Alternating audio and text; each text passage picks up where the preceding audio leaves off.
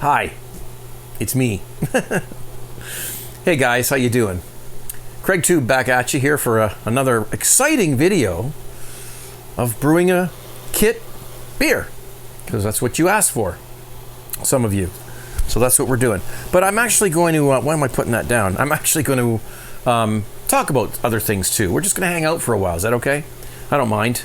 I don't mind doing this for you guys, and hopefully you'll just sit back and relax and have a beer and hang out with me. So I've got my Craig Tube, my Tube Radio shirt on. For those of you who are too young to know, this is a vacuum. This is a tube. It's a vacuum tube. Old style transistors, way back in the 50s, 40s, where transistors didn't exist, so they had these tubes, and it's kind of where I got the idea for your Tube Radio, which is a radio show that I do, but we'll talk about that a little bit later on. Okay, lots of stuff to cover today, and a new channel that I'm starting up too, on another platform, not YouTube, another platform, rumble.com. As far as this goes, we've got our ingestion of fermented grapes here. Homemade red wine. It's good stuff. I've got to pick up some more of these kits. We may have some shortages coming up in Canada. That's a whole other topic, which I may or may not talk about today. But I certainly will talk about it on my Rumble channel, which is rumble.com/CraigTubes. Look for me over there. You want my rants? You get my rants over there. Because if I do it here, I'll get censored, most likely. So if I ever decide to monetize these videos, I won't get monetization on it if I talk about certain things. You know that as well as I do. So we'll just keep it clean on this channel, and we'll go for it on the other channel if I, decide to, which I will.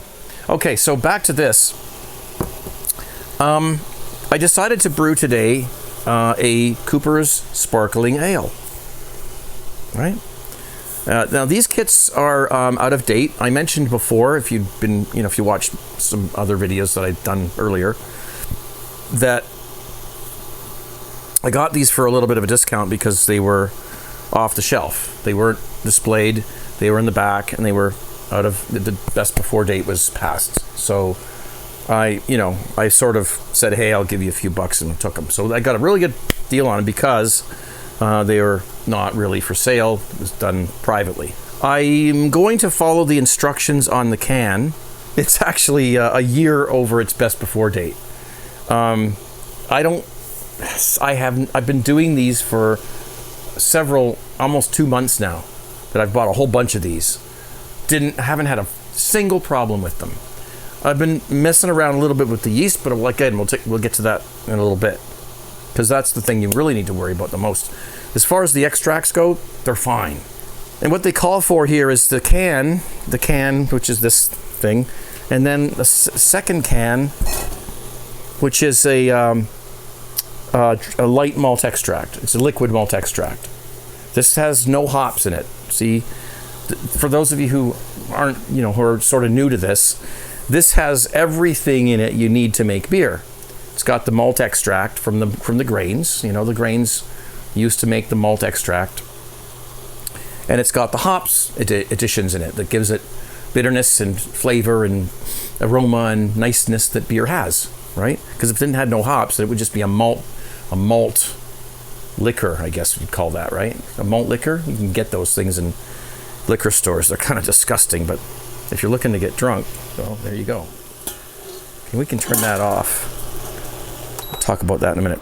Okay, so this has everything, but you need more fermentables. You need more sugar to get enough alcohol. Otherwise, if I just brewed this alone, I'd probably get about 3.5% alcohol. Which, if you're looking for a really light beer, that's fine. I've never done it, because I just haven't. I've never seen a reason to do that, but so what you do is you add more sugar to the picture here, to the formula. And a lot of times what people do is they'll just add, which I do a lot too, just add, this is empty, see, but it's just dextrose, which is corn sugar. Some of you guys know all this, but I'm just doing it for the new people. So But instead of adding corn sugar to this, I'm going to do what it says to do on the can. And that is to add a second can of malt extract. But this one doesn't have any hops in it. Dusty. Doesn't have any hops in it. It's just malt extract all by itself. So it's the extract from the malted barley that beer is made out of, and whatever, probably just that alone. There's probably only malted barley in here and nothing else. No specialty grains or anything like that. Whereas this would have specialty grains plus the malted barley and the hops and everything. So this is just an addition to give it more alcohol and a little bit more flavor and color. So that's what those are. Here's the thing I keep talking about is, first of all, this disadvantage to this is it's expensive. I mean, if you want to brew straight from the malted barley and the grains that beer's made out of, and get your own grains and get your own hops and all the stuff you need to work with those things, then you're going to save a lot of money in the long run, because those things are pretty cheap. But when you get, of course, as soon as someone else does the work for you, then it's going to be more expensive. That's just the way things work. So, this has been done for you. You don't have to go through all the stuff that you have to go through to when you're working just straight from the raw, grains or whatever. You've already got your malt extracts and you're ready to go. And it's a lot less time, but somebody else has to spend the time. Plus these are sort of £2-3 pounds each. So shipping costs as well. So, to do it this way for a lot of people might not even be worth it at all. You better off just go buy beer at the store. But in Canada, where I live, this is still cheaper than buying store-bought beer. This is about $25. This is about $13, I think. So you're looking, whatever that is, $37 or $38 or whatever, $39, almost $40, plus tax and stuff. So actually, there's no tax on these because they're food items, which is pretty cool. They're considered food. So we don't tax food in Canada. So $40, still cheaper, and you get 5 gallons of beer, still cheaper than, buying 5 gallons of store-bought beer. But in some places, this isn't really worth price-wise. And that's why a lot of people just go all grain, because it is cheaper, and if they're trying to save money, that's the way to go. And plus they want to do the hobby and get into it more deeply and stuff like that. Okay, so what we do now is we, that has been sitting, ouch. Yeah, touch the hot pot, Craig. This has been coming to a boil. You don't have to boil it. It's a gallon or so of water, just tap water, and I brought it up to a boil. But it doesn't have to come to a boil. I just got it nice and hot so that it can be pasteurized on that. So it can dissolve or melt these things. I cheated. Now normally this would be an all malt beer because you're just adding malt to it and that's it. This is malt. All malt beer. Well, I cheated and added a little bit of dextrose in here. I just had a little bit left in this bag, like maybe a cup and a half.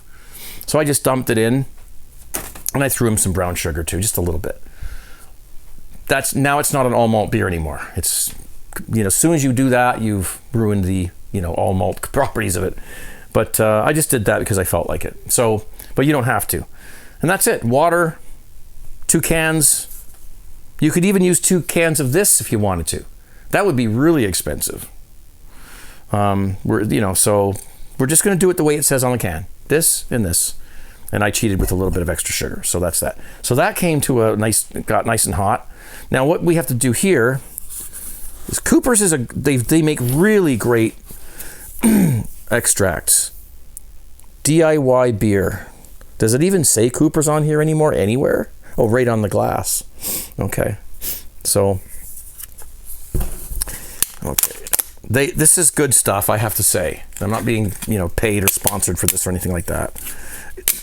I think it's very, very well done. It's a very good product. It makes very nice beer.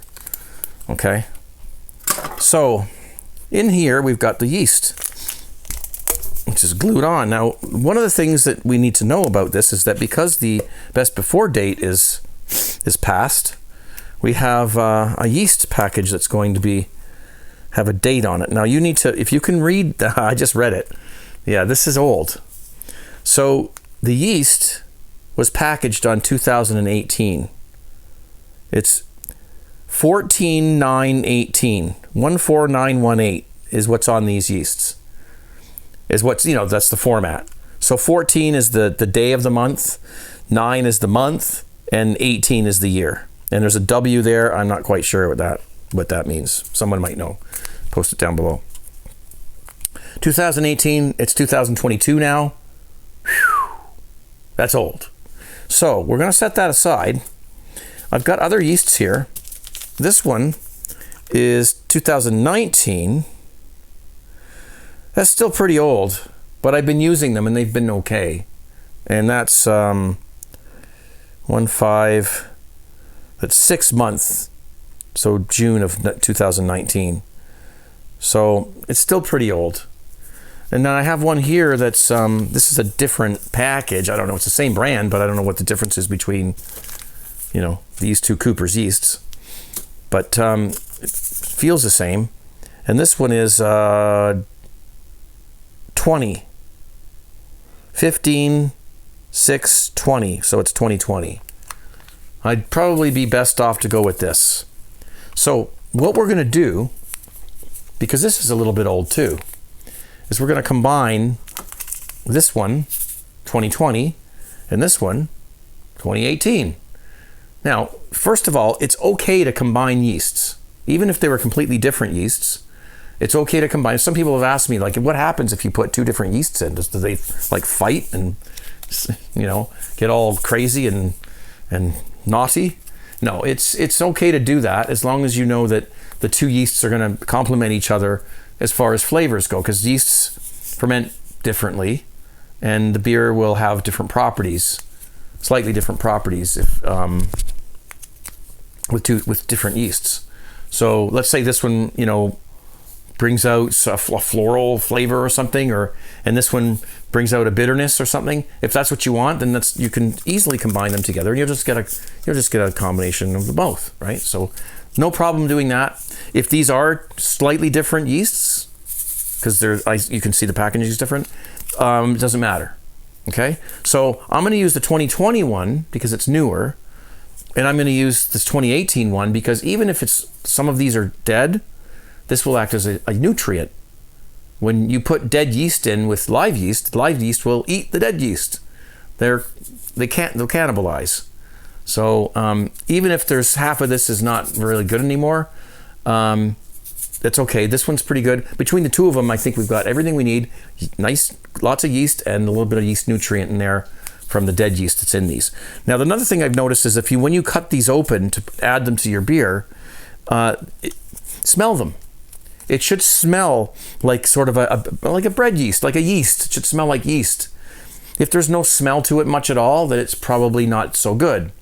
I expect this one not to have a lot of smell, and I expect this one to have more. But we'll find that out later. That's what we're doing with the yeasts.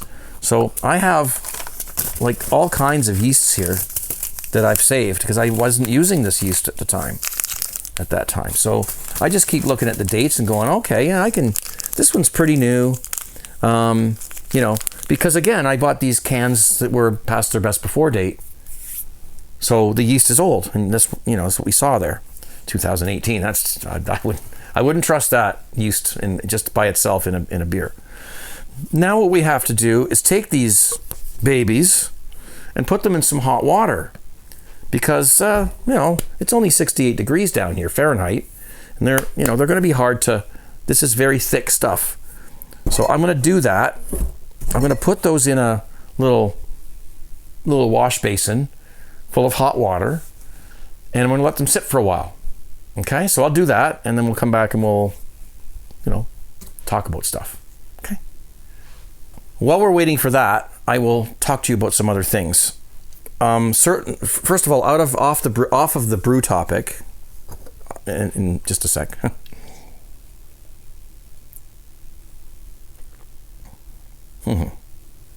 I don't script these videos. I don't have like a teleprompter or anything. I just do them off the cuff. I've always done it that way. Off topic just for a minute. The reason why I've opened a channel on rumble.com, it's like YouTube. It's very similar actually, except that it's not run by, it's not run by a huge corporation. So we don't have the, potential censoring issues that you might have with this. It's become that way. It never used to be, but it's gotten that way. And there's a lot of reasons for that. And there's a lot of stuff going on behind the scenes that most people really don't know about. And I'd like to talk about it, but some of you don't want to hear that on this channel. So I respect that. So if you just want me to do what I'm doing right now, stick with me here. I won't disappoint you. If you want to hear more about my feelings about what's going on in the world and my opinions on stuff, and it might get slightly political at times, it might get off the beaten path at times, and if you don't mind learning something different than what you thought you might know, maybe find out why people think the way they do in some cases. There's a term out there called a conspiracy theorist or conspiracy theory. What is that? What is a conspiracy theorist really? Not what the media tells you, but what really is, what does that person do? And what is a conspiracy theory and why do they exist and so forth? And some of them may be true and, the whole topic. If you're uncomfortable with that, then by all means, just stay here and watch me on YouTube. But I urge you, if to try and open your mind, because we're in a time right now where people need to start like opening their minds to things that they might not want to.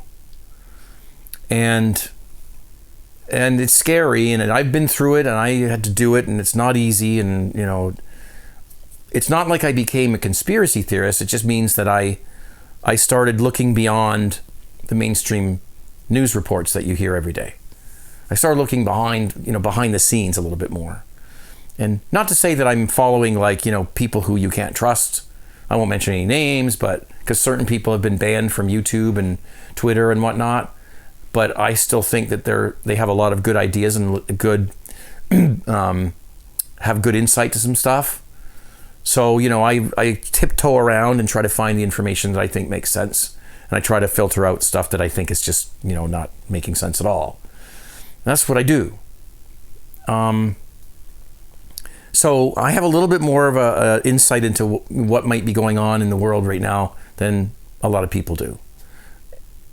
I've been doing this a long, long time. Years and years and years.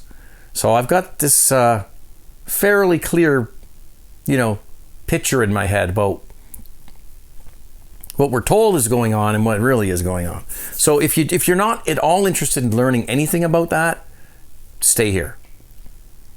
But if you want to hear more about what my beliefs are about that stuff, and I think some of my beliefs are pretty damn on the mark, then you go over to rumble.com, and I'll put the link on the bottom of the screen and in the description down below to my Rumble channel, and I will be posting there very soon if I haven't already. And you'll hear it, everything that I think. If you don't want to hear it, don't go there. I don't want to hear complaints down in the comments. Oh, Craig, stick to brewing. If you don't want to hear it, don't go there. Stay here. If you want to hear it, go there. Let's get together, talk about stuff. All right? It's called Craig Tubes. There's an S on the end. All right? Okay, now, that's as far as I'm going to go with that. Anything further, I'm going to, save for that channel. I will tell you one thing. There is a mandate going on right now where truckers that aren't vaccinated can't come into the country. So I'm freaking out right now, because that means that a good 40% of our food supply and other supplies aren't going to make it here. So we're looking at food shortages, folks. I mean, serious ones. I hope it doesn't get as bad as some people say it will, but I just bought a freezer, a second one, and I'm going to be like stocking up on a whole bunch of stuff. frozen meat, like or just meat that I'll freeze myself, frozen vegetables, pierogies, frozen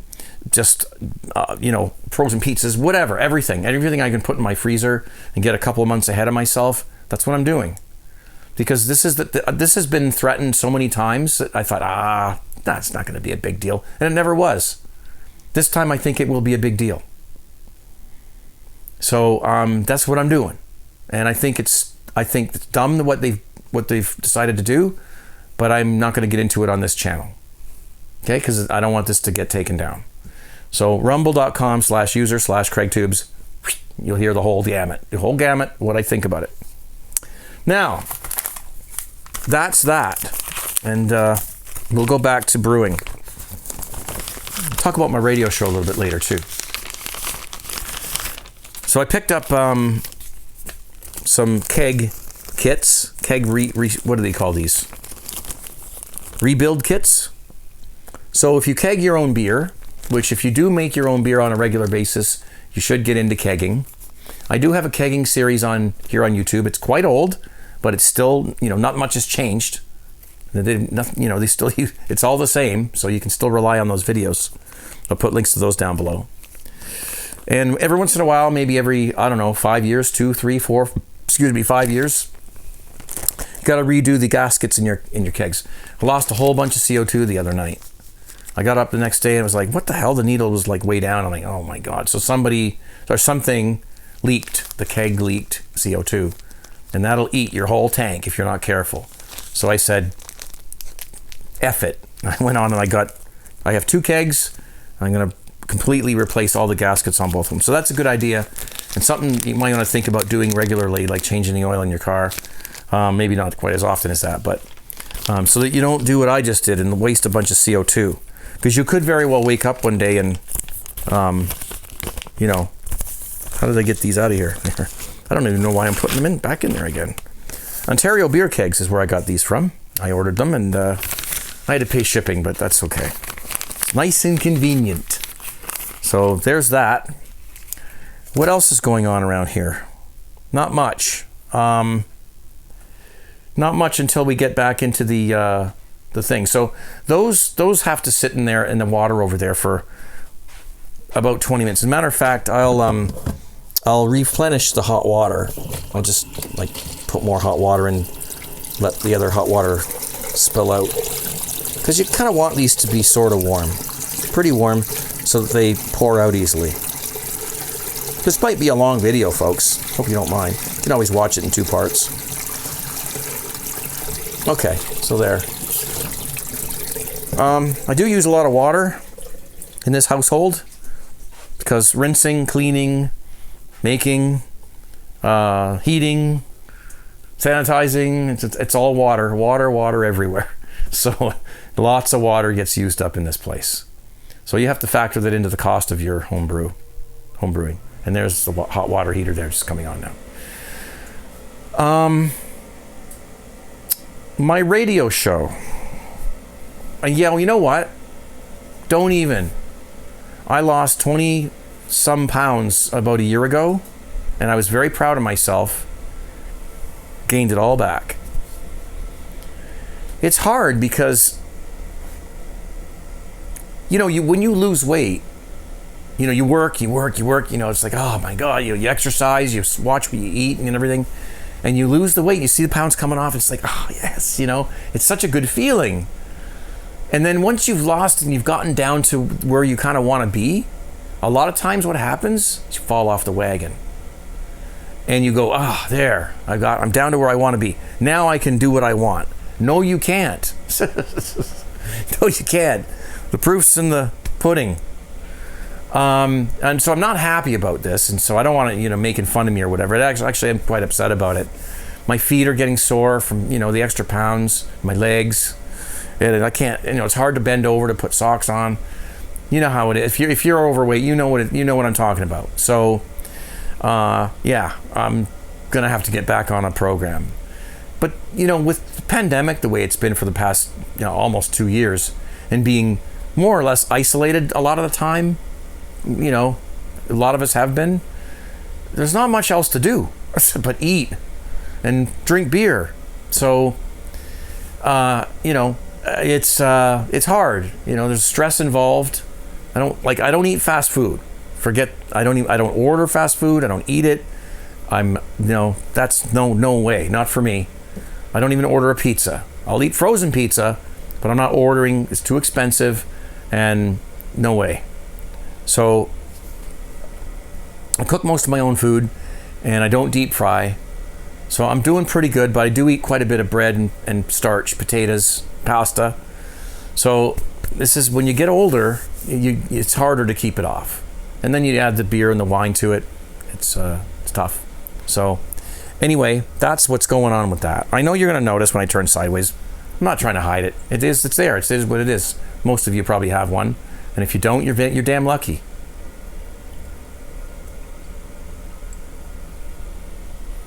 My dad had one, and he ate pretty good too. After a while, he used to eat very well, but it's just harder when you get older. So your back gets sore, and and there's a lot of people that are even bigger than me. I don't know how they do it. It's very uncomfortable when you compare it to being slim. You get sore all the time, and it's just not good. Now, I have over here the fermenter that we're going to make the beer in. If you're new to this, I will be putting out a 101 video. I have to plan that one out. That's got to be planned. So how you do this? Well, how does it work? I've got them out there, but they're so old. It's like I was a teenager or something when the videos came out. Well, not really, but sanitizer. I use Star San. So we sanitize. These fermenters have been around so long. So that's how we do that. And the spoon I'm going to use to stir this with is in there already. All right. So we'll put this back over here. And off camera, I will dump the sanitizer out into something, because what'll happen is I will accidentally forget to empty the sanitizer out of the fermenter, and I will actually put the stuff, the beer and the water on top of it, the malt, and the sanitizer will become part of the beer. And how do I know I would do that? Because I've done it. I have had a sanitizer beer before. Maybe some of you have done that by accident. You just drink it. It won't hurt you. I'm still here. So there's that. I'm just going to pour this. I know you can't see me. I'm just quickly going to pour this into a tray, so that now we have a sanitized fermenter with the thermometer on, which I don't usually use these anymore. I have a gadget. I love this thing. This is a laser thermometer that you just shoot it at the... Is it gone dead? Oh no, okay. Can't see. Oh, there it is. Can you see the little dot there? It's hard to see. Anyway, it says 71.2. That's what this container temperature is. You just put this in, aim it at your beer, and you can see exactly, it's very accurate. Point it at the wall over there. 71.4. So these are great for that. You can't take your own temperature with it, but it's good for this kind of thing. So I'll keep that handy. So I don't use these things anymore, these little thermometers. This here, this is how many liters. We're going to brew this to 19 liters today. And I will pan the camera over there so that you can see what I'm doing over there. I think we're ready to go. Okay, so we've got our yeast. We've got our hot water with a little bit of sugar in it. You don't need the sugar. We've got our cans. Let's go over there and do the rest of this. And there's the lid for that. Whoops, there's the lid for that fermenter. I sanitized it all at the same time. You saw that. So there's and an airlock. All right. And I just have to turn that around so I can see. There we go. Now, so we have to get a can opener. It's, one of the most important tools in the home brewing basement is a can opener, if you do it my way. One of these Starfrit ones. It's brand new. And what we do is we take, you guys, like you've seen me do this. I don't know you're not learning anything new if you've watched this stuff before. In it goes.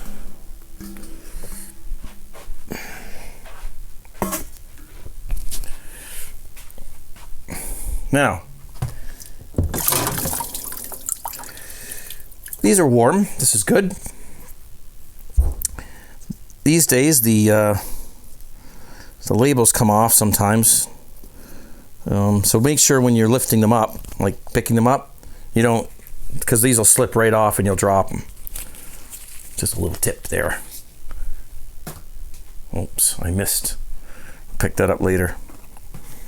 Now, one of the things that I like to be sort of careful with is that once I add this malt extract, the hopped malt extract to the hot water, I don't like to leave it like that for too long, because there's hops in here and the hops will lose their freshness, their aroma, if they're sitting in hot water for too long. So you got to keep that in mind when you're doing these things. I watched a video on YouTube the other day on can openers. Can you believe somebody could do an interesting video about can openers? Well, this guy did. The name of the channel is Technology Connections. And I really like this guy because he's kind of funny. He's very down to earth. And I don't know, I mean, he is what he is. And he's very smart. And he talks about things around the house, like air conditioners, dishwashers, can openers. I mean, and stuff. And he's just very interesting. Technology Connections on YouTube. I like the guy. And I like what he does. And he did a video on light bulbs. He did a video on kerosene, or not kerosene, but gas lanterns. Just interesting mechanical stuff. It's really cool. Technology Connections. One of those channels I watch very frequently, amongst others. Okay, so you get as much off of that as you can, and we just dump that in the water that we had in there, so that when we throw it in the recycling bin, it won't stick to stuff. Okay, in it goes. In goes the syrup. Boy, did I ever get criticized years ago for brewing this way. And maybe I still do. I don't read forums anymore. I gave up on those things. I saw a lot of positive stuff about me on the forums, and there's a few negative things, and it's just disheartening that some people don't get this. You can do it this way. And it's not for everybody, but it is for some. I've always said that the method of brewing beer, whatever method you choose, is up to you. Whatever's best for you. And this is what's best for me. It might not be what's best for you, but it's what's best for me. We're going to set that aside. There's lots of stuff left there. We're going to deal with that in a moment. We'll get the second can. Normally we wouldn't be using a second can, but in this case we are. I just don't want any of this paper to fall in. I've had it fall into the beer before. This is called wort, by the way. Wort or wort. I don't know what the cooler name is. I think you're old-fashioned if you call it wort, and you're cool if you call it wort. I think that's what that boils down to, right? You can comment down below about that one if you want. Okay. Isn't this exciting? Really? It's just spectacular. Okay. Now that is a whole different thing because it doesn't have the same smells. Gotta watch when you scrape that like that too, because look, I scraped some of the white stuff off, and now guess where that's gone? Probably in there. So we won't do that too much. Gotta think about these little things. There we go. Yeah. I've often thought of trying to use this for barbecue sauce.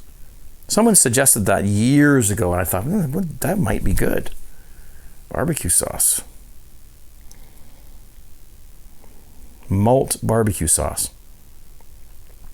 Okay, so basically, here's what I'm going to do.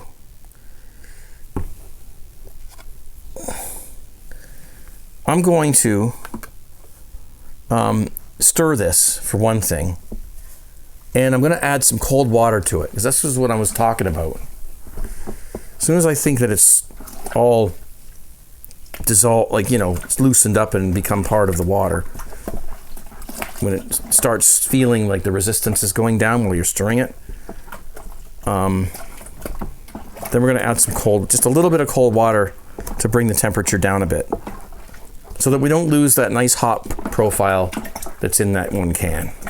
It's very important. I've never seen anyone else mention that, but I thought about it. And if you leave it sit there, it's quite hot, it's quite warm. You're going to lose a little bit of the hop flavor if you don't get this cooled off a little bit. That's why when you do beer with all grain, once you're done your boiling, you boiled your wort, you add your hops and everything. Once you add your final hop addition, you want to get that cooled down as quickly as possible, because otherwise your hops are going to lose their flavor. So, it's the same thing with this, really, in a way.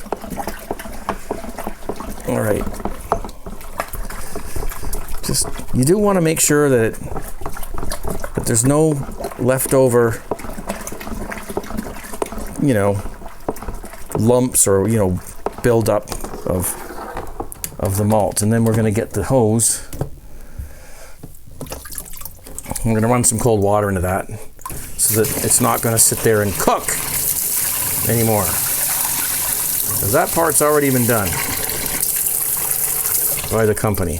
So just a little there. That's just so it's not so darn hot. That's all you got to do. I found that it does preserve the hop flavor of these canned kits, because it's hard to get fresh hop flavors in these kits as it is. So, yeah, that's just warm now. Right? Now, in regard to these things here, what I do is I just fill them up with hot water. And this is where we're going to take a break, because this takes a while. Some really hot water with hot water, just so we can still carry them across without spilling them.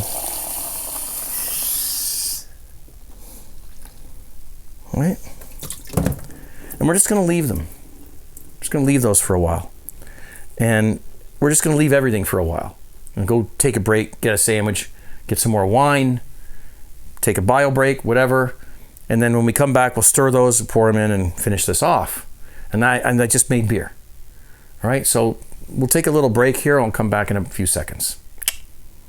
Okay, so we have these things here. What I've been doing is, after letting them sit for a while, sort of stirring them. Make sure you get all, it just takes a little while. And that's why I did it off camera. Get it all out, man. All off the sides and off the bottom. And if you tap on the bottom, it sounds sharp like that, you got it off the bottom. If it doesn't sound sharp, it's dull, or it feels... I got this pretty good, so that's all right. You don't want to waste the stuff, because it's pretty concentrated. All right, in it goes. That's the water that we put in the cans. And see, that's what you want right there, right?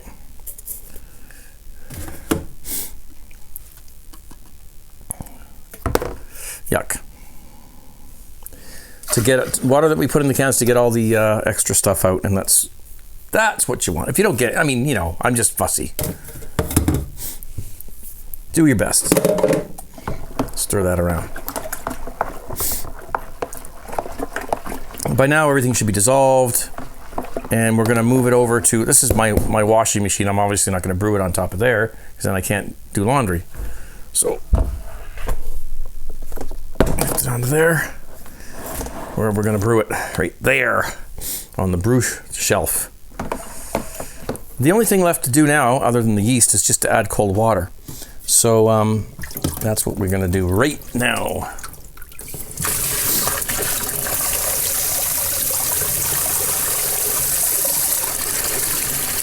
With a very tangled hose. Oh boy. Okay. I tried to organize this basement so that we could still fill these things. There we go. I don't know if you're going to be able to see that, but I have to be able to see it too. When we get up to the 19 liter mark, we're going to shut it off. I can barely see it because it's turned over towards you guys. Let's see. There. 19 liters. Why do I do 19 liters instead of 23 is what, sort of what some people think, or what the can says to do it to. The can actually sometimes provides you with two options, but this one only had the one. But 19 because first of all, you get a little stronger, better, more flavored beer, better body, more head. And the other reason is because my kegs only hold 19 liters. So 19 is a good way to go. And a liter is a liter is a liter no matter where you live. So 19 liters is all you got to know. You can convert that to gallons if you want in your country, wherever you live. And you'll know what this is, I don't know what this converts to in American gallons versus Canadian gallons or imperial or whatever all those things are. Just 19 liters is all you got to know. It's easy peasy. Now, that's all good. And I'm going to get my little toy, my little gun toy. It's the only gun I own. 78.9. That's kind of warm. It's kind of warm for pitching yeast.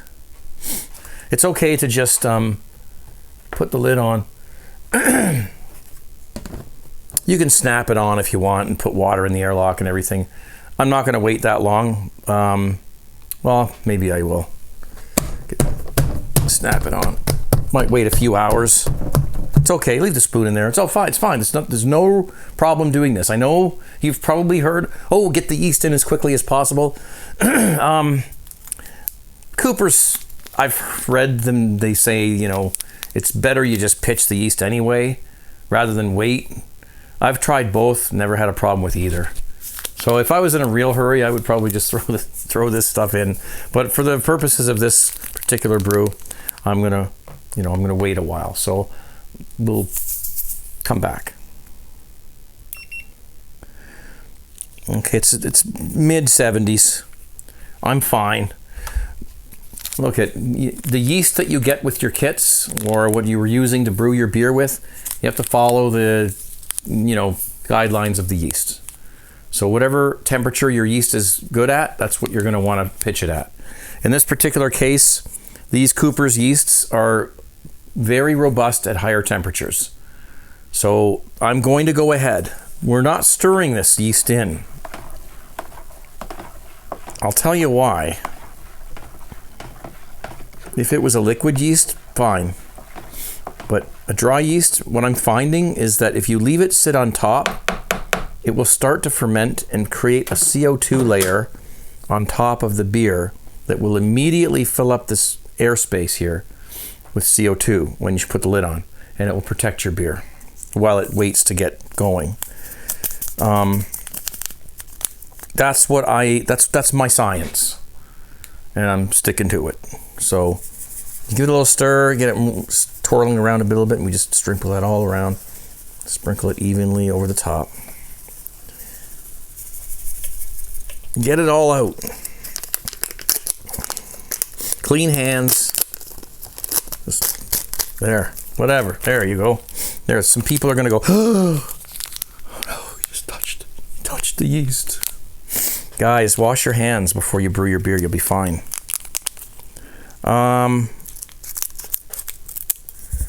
Sprinkle them on. Sprinkle.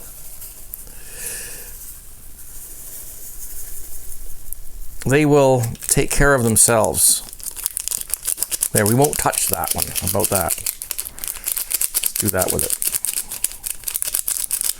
All right. So they're sitting on all the foam. the foam will disappear eventually and the yeast will sink down and it'll start to get moist and do its thing. That's all. It's as simple as that. No need to touch it, because if you stir it in and it all goes down to the bottom, then the CO2 that's produced is going to work its way up through. I just think that it's better not to stir it in. Let it sit there, and it's gonna start to create CO2 right away on the surface of the beer, and that's going to protect your beer from anything else, including me talking over it, which I shouldn't be doing, but that's okay.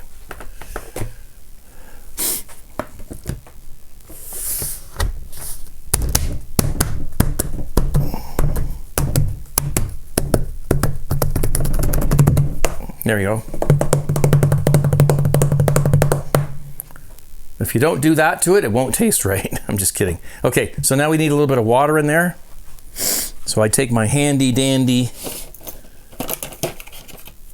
little, cup thing here, and we get some water in that airlock there, and we're done.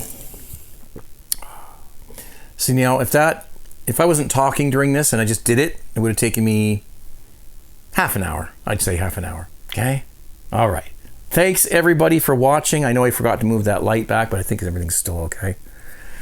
And we're at the end of the video, finally. I know it was long, but I hope you watched it all the way through. And if you did, if you made it to this point, hugs to you, each and every one of you.